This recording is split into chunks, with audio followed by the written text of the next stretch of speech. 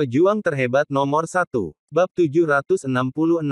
Tuan, apa kita sungguh akan membiarkan kejadian ini begitu saja? Tuan muda. Dia. Petik 2. Salah satu petarung melangkah maju dan bertanya pada James. Meskipun dia tidak dapat mengatakan kalau tuan muda itu tidak pantas mendapatkannya, Vane baru saja membawa istrinya ke kediaman keluarga Drake dan memukuli Timothy Drake sampai menjadi bubur. Banyak orang yang lewat di luar akan melihat semuanya. Ini adalah penyebab penghinaan yang telak bagi keluarga Drake. Untungnya, tidak banyak orang yang menyaksikan kejadian tersebut, namun reputasi keluarga Drake sungguh telah diinjak-injak. Aku sungguh berpikir tidak ada jalan keluar dari ini. Vane terlalu kuat. Tidak ada cara untuk melawannya sendiri, setidaknya untukku. Tetua Gordon akhirnya angkat bicara setelah dia memikirkannya. Pada kenyataannya, dia ingin mengatakan kalau itu akan sia-sia kalau mereka semua menyerang Vane pada saat yang bersamaan. Dia mencoba meredamnya, demi martabat mereka. Jelas sekali kalau Vane memiliki kepercayaan diri penuh, dilihat dari caranya berbicara barusan. Dia sangat yakin pada dirinya sendiri. Jadi yang bisa kita lakukan hanyalah melupakan kejadian ini. James tersenyum tak berdaya. Aku sudah sering menegur Timothy, tapi dia tidak mau mendengarkanku.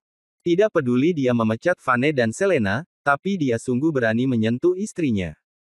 Ah, kalau kau jadi Vane, tidakkah kau berpikir untuk membunuhnya? Vane telah mempertimbangkan hubungan di antara kami sebelumnya, dan persahabatannya dengan Tanya, itulah sebabnya. Para petarung tidak bisa berbuat apa-apa selain menggelengkan kepala dengan patuh ketika mereka mendengar James mengatakan itu, tetap diam sebisa mereka. Ayah, kita kehilangan seorang manajer pengadaan di South Hill Real Estate sekarang setelah Selena Taylor berhenti dari pekerjaannya. Apa yang kita lakukan? Tanya bertanya setelah dia berpikir. Selain itu aku khawatir akan menjadi kacau bagi kita kalau keluarga Taylor terus bertanggung jawab atas proyek itu. James mengangguk. Kau benar. Kalau berita tentang bagaimana Vane memukuli kakakmu sampai keluar, dan bagaimana kita tidak membalas, keluarga Drake pasti akan menjadi bahan tertawaan. Bagaimanapun juga, kita sudah menimbulkan masalah padanya. Bagaimana? Kau mengambil alih South Hill Real Estate dan membuat Sonia mengisi posisi sebagai manajer pengadaan. Aku berdoa agar dia tidak mengecewakanku. Tanya mengangguk. Aku akan meminta Sonia untuk memutuskan kontrak dengan keluarga Taylor.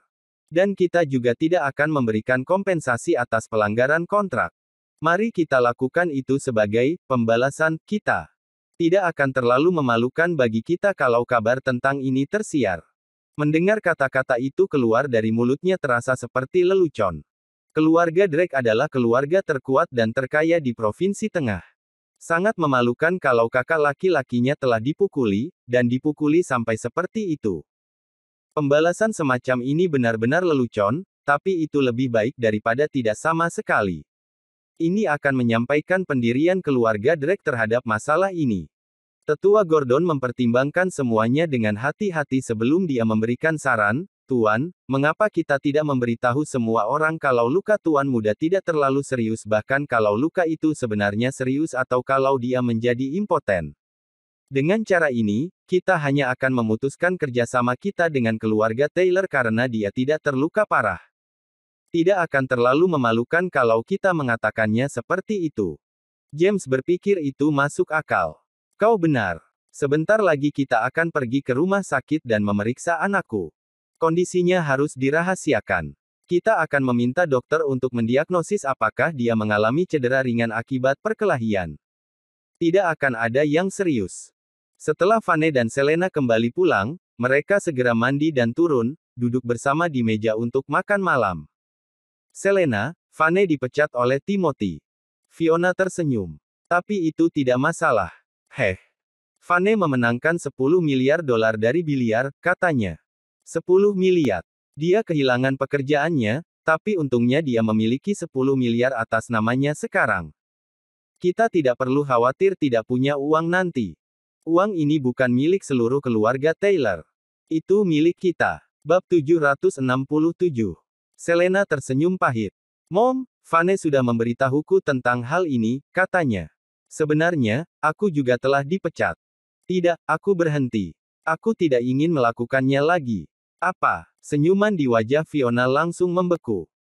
Vane telah dipecat karena mencambuk Tuan Muda Drake, dan dia telah menyerangnya karena 10 miliar dolar sejak awal, katanya, tertegun. Ini benar-benar bisa dimengerti, tapi mengapa kau berhenti? Ini adalah masalah yang sama sekali berbeda.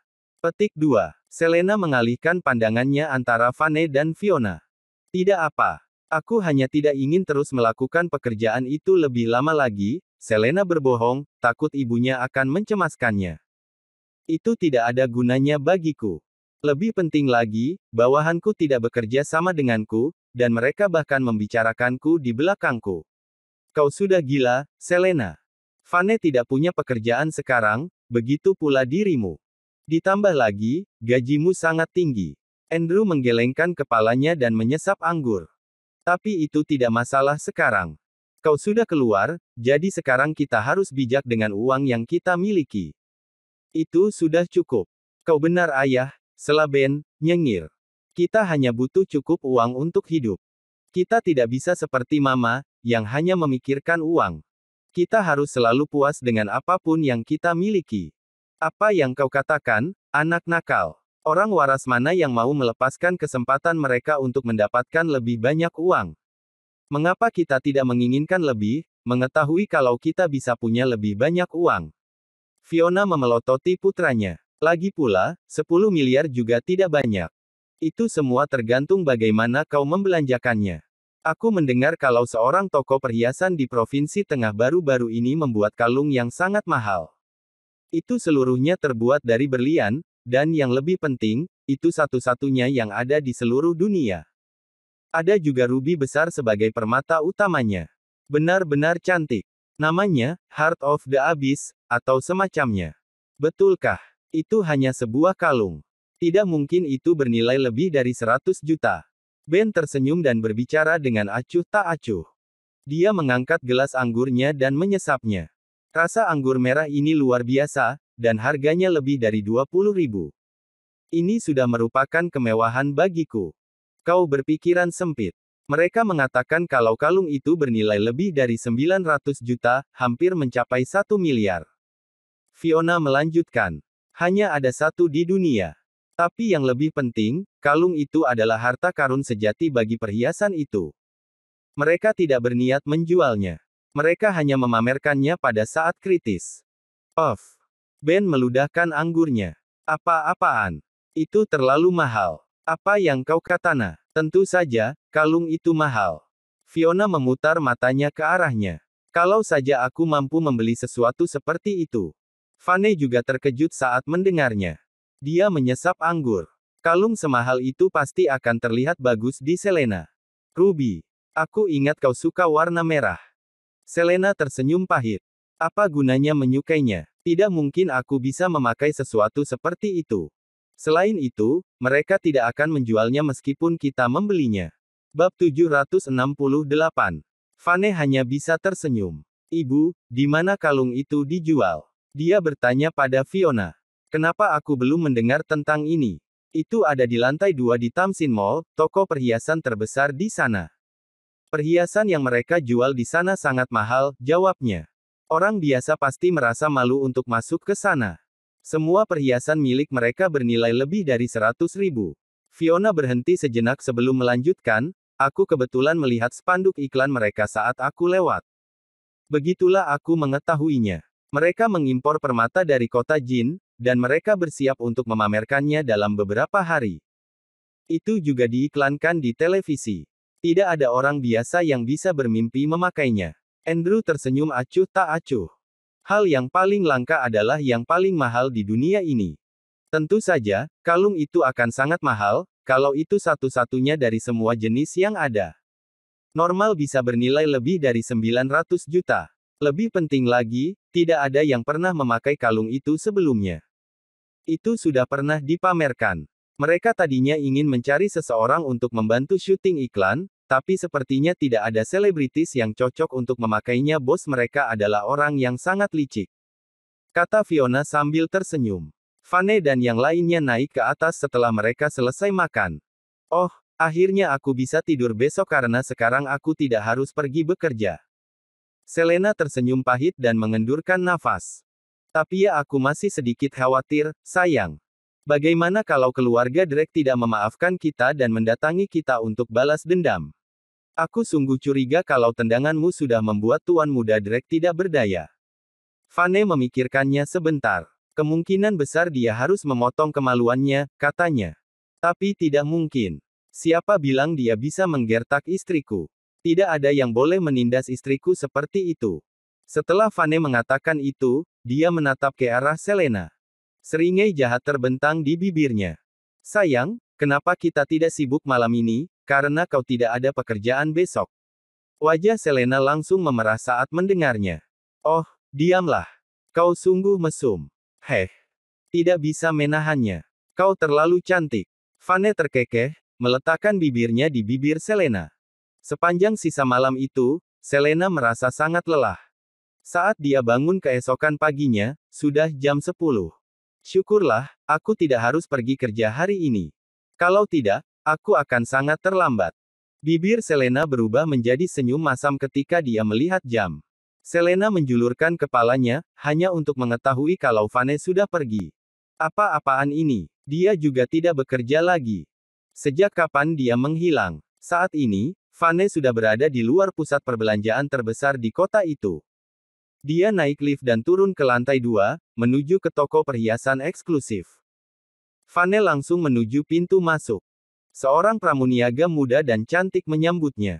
Selamat datang Pak. Apa kau mencari permata secara khusus? Vane mengangguk. Aku ke sini untuk membeli Heart of the Abyss. Vane berkata. Di mana itu? Pramuniaga itu tercengang saat mendengarnya. Dia mengingat kembali akalnya setelah beberapa detik berlalu. Ahem. Kau sungguh bercanda, Pak, katanya sambil tersenyum.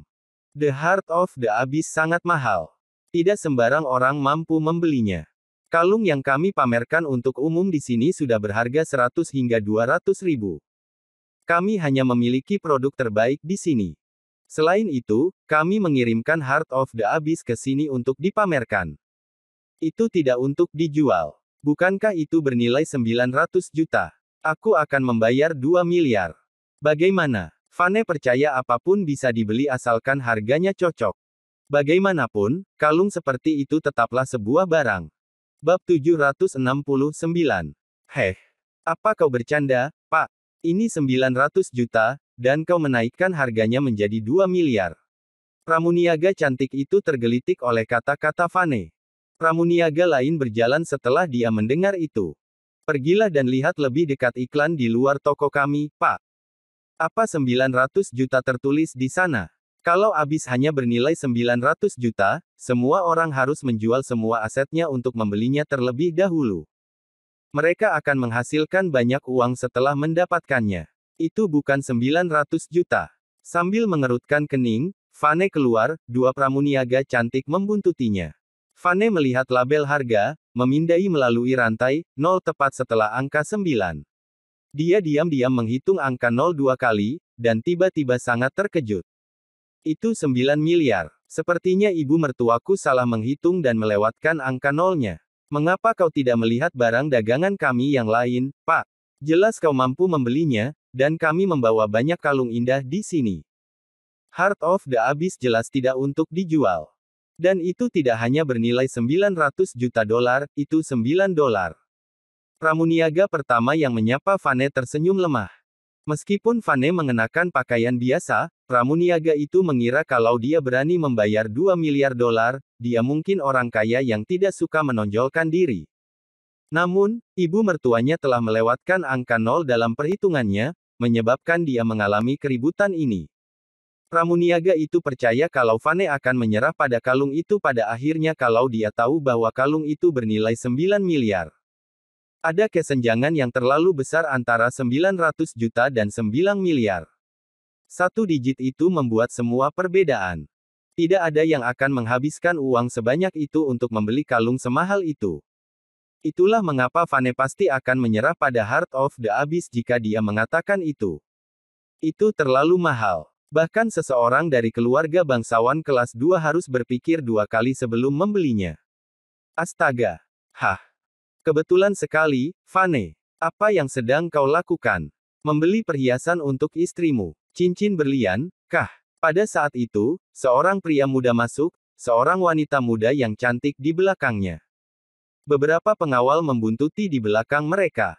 Vane dengan cepat tersenyum dingin ketika dia mengenali penyusup itu. Itu adalah Kelly, tuan muda dari keluarga Gold dan Cecilia Taylor. Aku akan membeli kalung.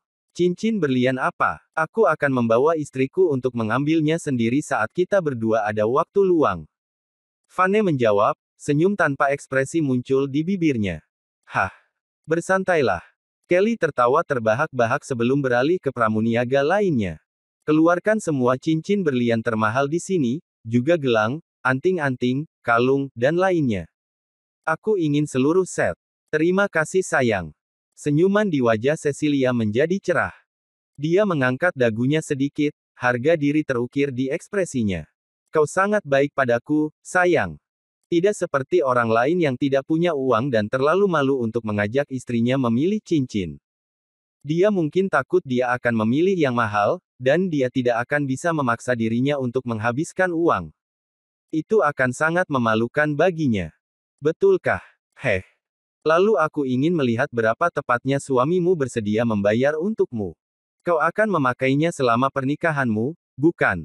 Apa kau tidak takut tidak ada yang akan menghadiri pernikahanmu? Apalagi seseorang yang melihatnya saat kau memakainya. Vane terkekeh setelah mendengar itu, dengan santai berdiri di samping dan memperhatikan perhiasan yang akan mereka pilih. Kau bercanda, aku akan menikah. Dan bagaimana denganmu? Kau akan mengadakan pesta ulang tahun untuk istrimu. Kaulah yang akan menangis kalau begitu. Cecilia memutar mata ke arahnya, mengambil sebuah cincin lalu menyelipkannya ke jarinya. Bab 770. Aku suka yang ini, sayang. Bisakah aku mendapatkannya? Tanya Cecilia. Tentu saja. Kau akan mengenakan cincin ini pada hari pernikahan kita. Itu harganya 50 juta, dan itu semua sepadan selama kau menyukainya. Beli saja. Kelly menyeringai. Oh, kalung ini sangat cantik. Sedikit mahal. Seharga 100 juta. Tak lama kemudian, Cecilia mengarahkan pandangannya pada kalung yang indah. Itu mahal, bahkan dibandingkan dengan barang lain di toko. Hah. Tidak mahal sama sekali. Tidak apa. Kalung ini terlihat bagus. Kau pasti akan menjadi bintang paling cemerlang di hari pernikahan saat mengenakan ini. Kelly tertawa. Setelah beberapa lama, mereka memilih cukup banyak perhiasan. Total tagihannya mencapai lebih dari 300 juta. Mereka membayar perhiasan itu, kemudian mereka melihat kalau Vane masih belum membeli apapun. Cecilia tersenyum. Ada yang salah. Kau terlalu malu untuk memilih apapun. Apa kau takut kami akan menertawakanmu, mengatakan kalau itu terlalu murah? Bukankah kau baru saja memenagenkan 900 juta dari tunanganku? Kau seharusnya punya cukup banyak uang sekarang. Selain itu, kau juga punya uang sendiri, jadi harusnya kau punya yang totalnya sekitar 2 miliar. Tapi, kau tidak berani membeli sesuatu yang terlalu mahal. Kelly ikut tertawa, jangan lupa, Cecilia sayang, kalau dia baru saja membual tentang mengadakan pesta ulang tahun yang akan mengguncang seluruh kota. Kalau dia membeli semua ini dan menghabiskan ratusan juga, dia tidak akan punya banyak uang lagi. Dia sudah menghabiskan banyak uang, memesan hotel, hal-hal seperti itu. Itu sebabnya dia hanya membeli semua perhiasan ini untuk berpura-pura saja. Cecilia berpura-pura terlihat sadar. Oh itu benar. Aku hampir lupa. Dia bahkan tidak akan mampu membayar perjamuannya kalau dia tidak berhati-hati dengan uangnya. Atau dia tidak akan mampu membeli makanan yang mewah. Dia sungguh akan menjadi bahan tertawaan. Cecilia berhenti sejenak sebelum melanjutkan kalimatnya dengan santai. Selain itu, tidak ada yang memperhatikan perhiasan sebanyak itu. Jadi, cukup membeli sesuatu yang harganya 10 atau 20 ribu. Betul sekali. Ayo pergi, Cecilia. Dia akan terlalu malu untuk memilih sesuatu kalau kita berlama-lama di sini. Hah. Ayo cepat pergi dan menghilang dari pandangan matanya. Kita akan membiarkan menantu yang malang ini memilih barang-barang murah untuk istrinya. Kelly Gold tertawa. Dia pergi sebelum Vane, menatap Vane dengan kepala terangkat tinggi, sebelum berjalan keluar dari toko, bersama Cecilia. Setelah mereka pergi, Fane hanya memperhatikan kalau pramuniaga yang telah siap membawakan barang untuknya menatapnya dengan aneh. Jadi, kau menantu itu. Pramuniaga itu tersenyum pahit. Tidak apa-apa selama kau bersungguh-sungguh. Tidak perlu membandingkan dirimu dengan orang-orang itu. Fane tersenyum kecil saat mendengarnya. Jangan khawatir. Aku tidak akan membandingkan diriku dengan sampah seperti mereka. Lagi pula, keluarga seperti keluarga Gold tidak punya hak untuk membandingkan diri mereka denganku. Heh, bicaramu sangat sombong. Tapi kenapa kau tidak memilih perhiasannya? Pramuniaga yang telah menjual perhiasannya kepada Cecilia tersenyum dingin dari samping. Mereka tidak berhak membandingkan diri mereka denganmu. Sepertinya kau lebih kaya dari mereka. Kalau begitu belilah sesuatu. Aku ingin melihat apa yang ingin kau beli. Fane tidak bisa diganggu. Dia berbalik ke arah pramuniaga yang pertama. Aku akan membeli Heart of the Abyss karena istriku menyukainya, setidaknya, aku percaya dia akan menyukainya. Lagi pula, dia satu-satunya wanita yang cukup cantik untuk memakainya. Pramuniaga itu tidak bisa berkata-kata. Dia tersenyum masam. Pak, temanmu itu mengatakan kalau kau hanya memiliki uang 2 miliar. The Heart of the Abyss harganya 9 miliar, bukan 900 juta.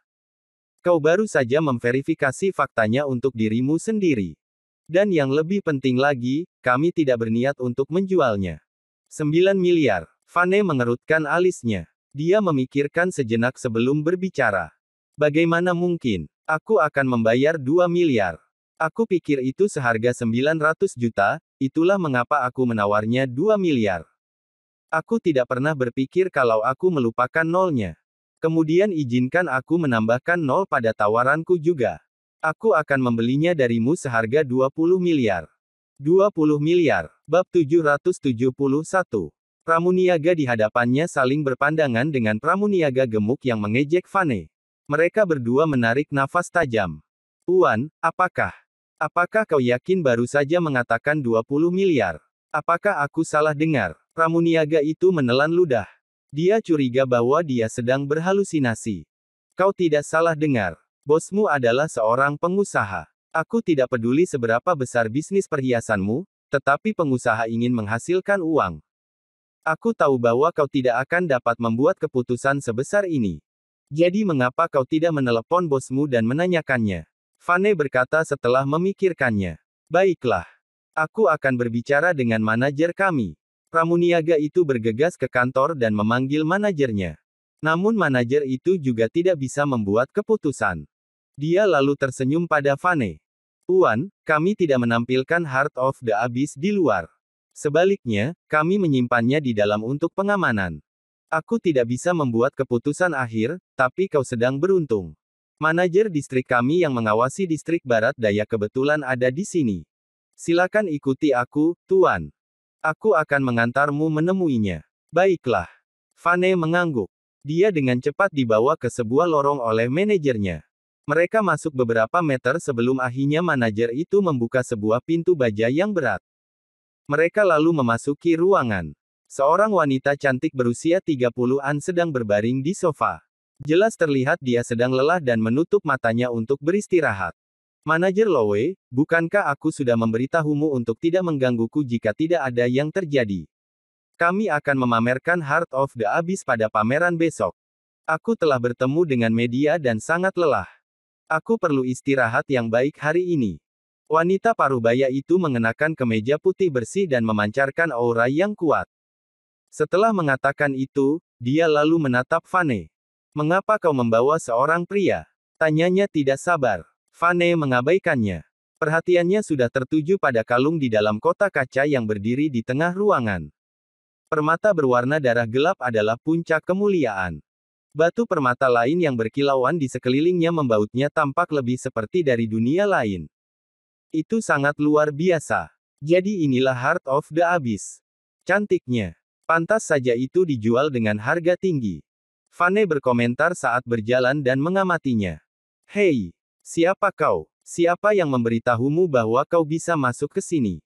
Jangan berani-berani mendekati Abyss. Wanita cantik itu berdiri dan menatap Fane dengan tatapan tajam. Ini adalah barang yang sangat mahal. Bagaimana jika dia merencanakan sesuatu? Manajer Lin, pelanggan ini ingin membeli Heart of the Abyss. Itu sebabnya aku membawanya masuk. Manajer toko, Lowe menjelaskan kepada manajer distrik. Fane juga memperhatikan manajer Lin. Dia tahu bahwa manajer Lin bukanlah wanita biasa. Menilai dari mata dan posisinya yang tegang, namun santai, dia mungkin petarung yang baik. Kami tidak menjualnya. Manajer Lin menjadi sedikit santai setelah mendengarnya. Manajer Lowe, kau sudah tahu kan bahwa hanya ada satu benda ini di dunia. Ini adalah permata mahkota kita dan kita menggunakannya secara khusus untuk publikasi. Kita hanya membawanya ke sini untuk pameran. Aku mungkin manajer distrik di barat daya tapi aku pun tidak dapat berbuat banyak. Selain itu, benda ini tidak untuk dijual. Bab 772. Maaf, Tuan, tapi kami tidak menjualnya. Manajer kami tidak begitu paham tentang hal ini. Aku minta maaf karena membuang-buang waktu berhargamu.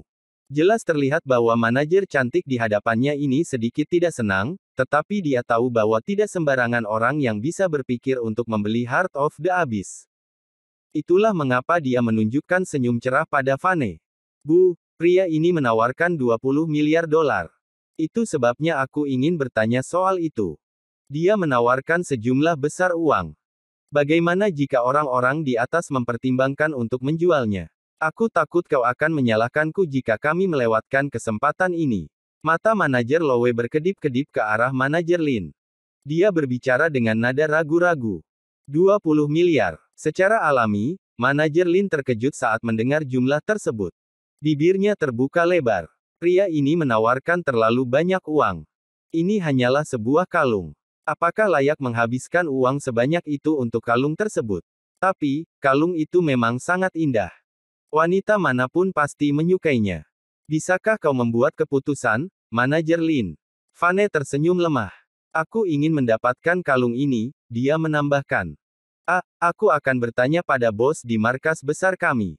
Aku akan segera melakukan video call dengannya. Manajer Lin menelan ludah dan mengeluarkan ponselnya. Dia segera menelepon bosnya. Heh, Nona Lin, mengapa kau meneleponku? Kita akan memamerkan Heart of the Abyss besok. Pastikan kau melakukan tugas pengawalanmu dengan baik, oke? Kita tidak boleh melakukan satu kesalahan pun. Seorang lelaki tua dengan rambut kusut duduk di ujung telepon. Dia terkekeh saat berbicara dan terlihat sangat mudah didekati. Bos, ada pelanggan di sini yang ingin membeli Heart of the Abyss. Manajer Lin lalu menatap Fane yang berdiri di belakangnya. Dia memiringkan teleponnya sehingga Fane muncul di layar juga. Senyuman di wajah lelaki tua itu langsung membeku. Nona Lin, Abyss bernilai 9 miliar, tetapi bukankah aku sudah bilang bahwa nilai sebenarnya jauh lebih tinggi dari itu? Dia menjawab, hanya ada satu kalung seperti ini di seluruh dunia. Selain itu, Heart of the Abyss adalah harta kita.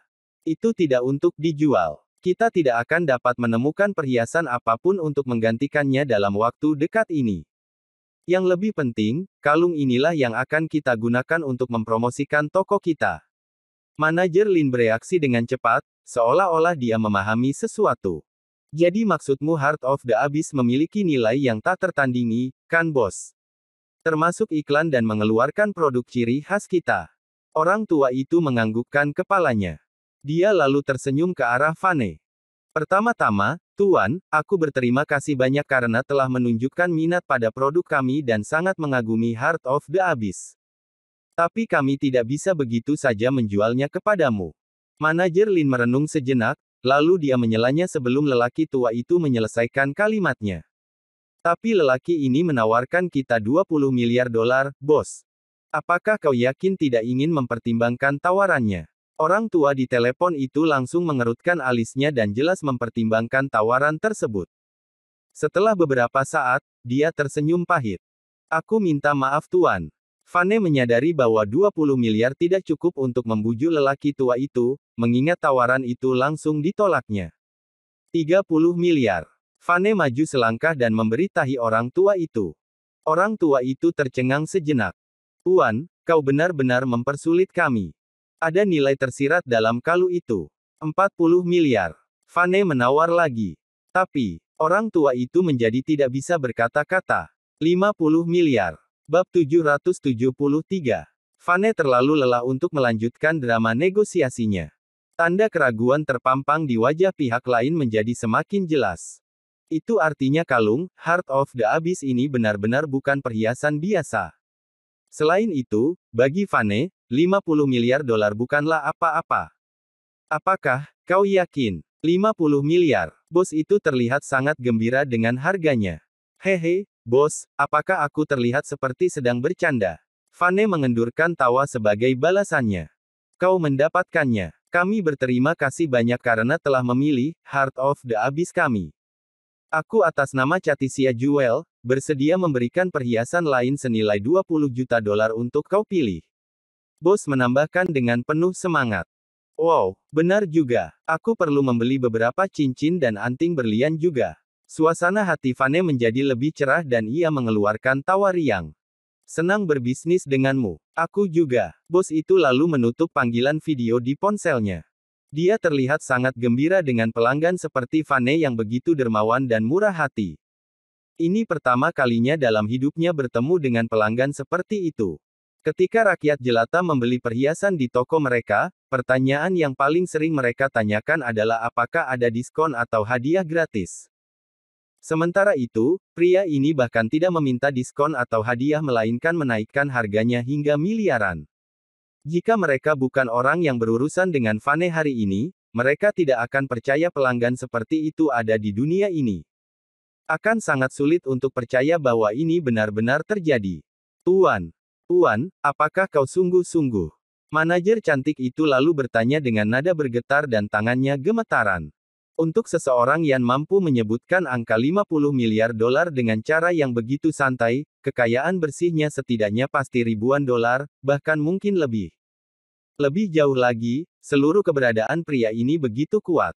Dia berdiri tegak dan tegas. Tatapan matanya memancarkan sinar ketekunan yang membuatnya merasa yakin bahwa pria di hadapannya ini pasti seorang veteran yang baru saja kembali dari militer. Ini karena orang biasa tidak akan memiliki aura dan temperamen yang unik seperti itu.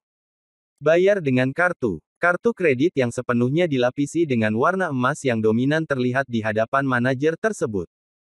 Fane terkekeh dan memberi isyarat padanya untuk mengambil kartu itu. Pikiran pertama yang muncul di benak manajer Lin adalah kartu ini sangat istimewa dan elit, meskipun dia belum melihat jenis kartu ini sebelumnya. Dia lalu menganggukkan kepalanya dengan panik dan kemudian menoleh ke arah manajer toko. Cepat selesaikan pembayarannya di mesin pos dan aku akan membungkus Heart of the Abyss untuk pria ini. Baik. Manajer toko wanita itu memberikan senyum hangat dan meninggalkan ruangan pribadi tersebut. Beberapa garis kerutan muncul di antara alis Fane dan perasaan aneh pun muncul dalam dirinya. Mengapa manajer Lin tidak membungkus kalung itu terlebih dahulu, lalu keluar untuk menggesek kartunya bersama-sama?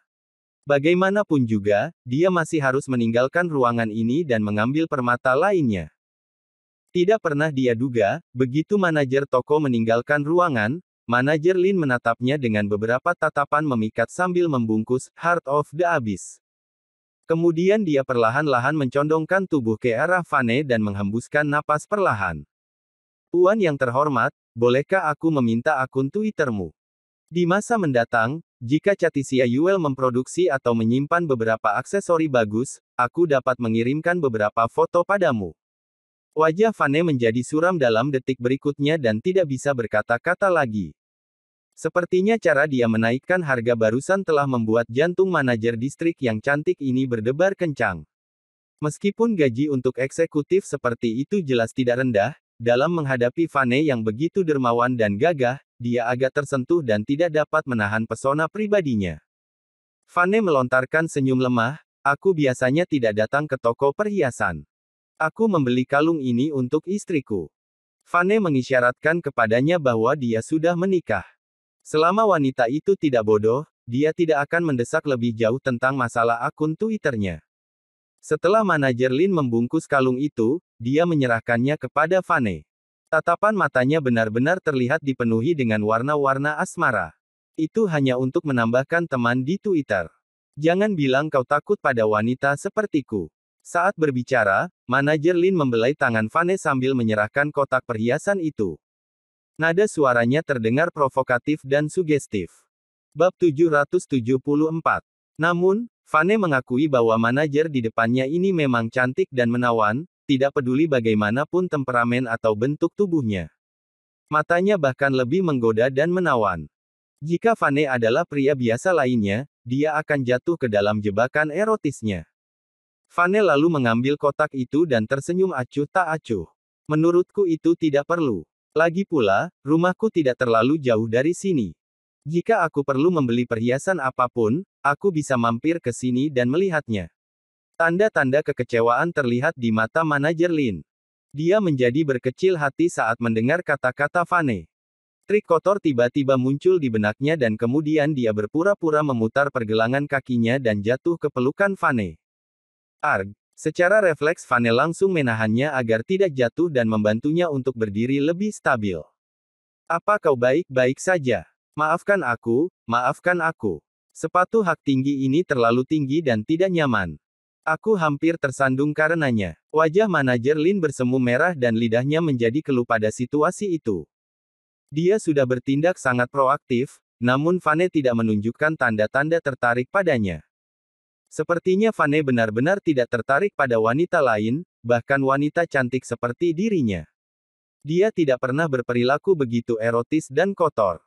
Dia bahkan tidak bergeming sedikit pun di depan orang kaya biasa lainnya dan bahkan memandang rendah mereka. Bagaimanapun juga, dia selalu menjadi orang yang konservatif. Ditambah dengan kualifikasi akademis dan gajinya yang tinggi, dia secara alami hanya akan melirik pria sempurna seperti Fane. Banyak tuan muda daya yang kotor ingin mendekatinya. Namun tidak satu pun dari mereka berhasil karena dia sama sekali tidak memberi kesempatan. Hari ini, pria di hadapannya tidak hanya tampan dan dengan sifat yang baik hati, tetapi juga perilaku kejantanannya telah memikatnya, terutama pada saat dia menaikkan harga hingga miliaran. Uang bagi pria ini hanyalah seperti tumpukan kertas toilet, dia tidak peduli sama sekali. Pria seperti itu benar-benar membuatnya terpesona. Selain itu, ini juga pertama kalinya dia bersikap proaktif untuk memikat seorang pria. Dia ingin ditaklukkan oleh pria ini. Manajer Lin ingin menjadi wanita yang paling membanggakan bagi pria seperti Fane. Namun, pria ini bahkan tidak mau repot-repot menatapnya. Tuan, tolong gesek kartumu dengan mesin pos ini. Bos kami juga telah memberitahu kami bahwa kau masih akan mendapatkan perhiasan lain senilai $20. Aku akan menunjukkan jalannya nanti. Manajer Lowe memasuki ruang pribadi dengan mesin pos di tangannya. Dia segera membiarkan Fane melakukan pembayaran. Manajer Lin, aku minta maaf karena mengganggu waktu istirahatmu. Aku akan mengikuti manajer Lowe untuk mengambil kalung dan cincin lainnya. Fane tersenyum tipis lalu keluar ruangan bersama manajer Lowe. Senyuman canggung yang muncul di wajah manajer Lin pun menghilang pada detik berikutnya saat keduanya pergi. Dia menutup pintu dengan lemah dan merasa sedikit tersesat. Matanya menoleh ke arah kalung, Heart of the Abyss pernah ditempatkan dan hatinya menjadi semakin tenggelam dengan cukup dalam. Oh ya, manajer Lowe, aku butuh bantuanmu. Nanti ada sesuatu hal yang ingin kau sampaikan kepada manajer Lin. Setelah memilih cincin, anting dan gelang, Fane dengan cepat memikirkan sesuatu dan menoleh ke manajer Lowe. Bisakah kau membantuku menyampaikan pesan ini kepadanya?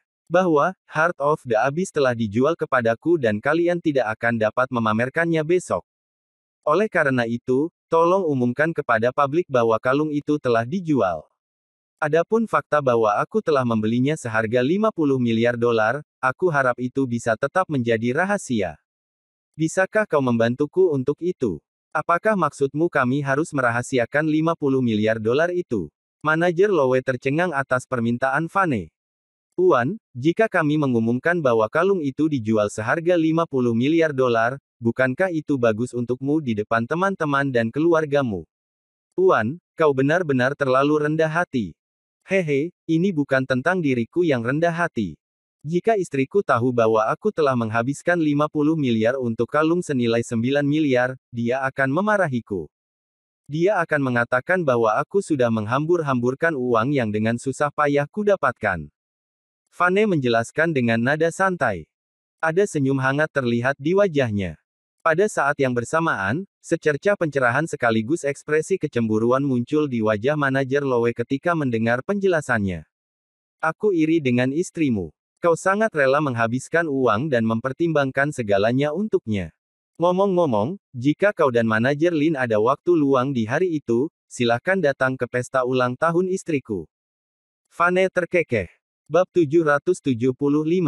Tidak mungkin. Apakah kau serius? Kami bisa datang juga. Undangan Fane meningkatkan suasana hati manajer Lowe sehingga dia hampir melompat kegirangan.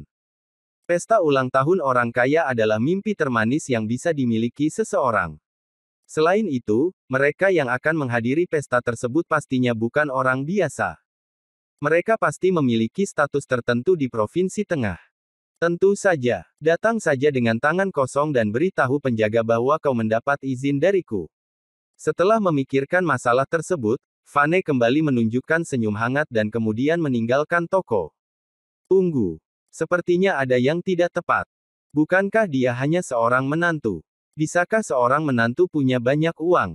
Setelah Fane keluar dari pintu toko, manajer Lowe, yang akhirnya sudah tenang, memikirkan sesuatu dan berteriak kaget. Orang ini terlalu rendah hati. 50 miliar untuk sebuah kalung. Benar-benar luar biasa. Pantas saja dia berjanji akan memberikan istrinya pesta ulang tahun yang akan menggemparkan seluruh Provinsi Tengah. Dia sangat kaya. Hal pertama yang dilakukan Fane begitu tiba di rumah adalah menyembunyikan kalung Heart of the Abyss. Setelah itu barulah dia pergi mencari istrinya. Saat ini, Selena sedang berjalan-jalan santai di taman. Begitu melihat Fane mendekatinya, dia menatapnya dengan ekspresi datar. Fane Woods. Kau menghilang pagi-pagi sekali. Kau pergi kemana? Fane mengeluarkan cekikikan yang mengemaskan. Ia lalu mengulurkan tangannya ke dalam sakunya dan mengeluarkan beberapa kotak. Lihat, ulang tahunmu sebentar lagi. Jadi aku keluar untuk membelikanmu beberapa aksesori bagus. Apa? Bagaimana bisa kau pergi tanpaku? Apakah kau mencoba untuk memberikanku kejutan? Di dalam teguran Selena, tersembunyi sedikit kebahagiaan. Senyum cekikikan pun terpampang di wajahnya.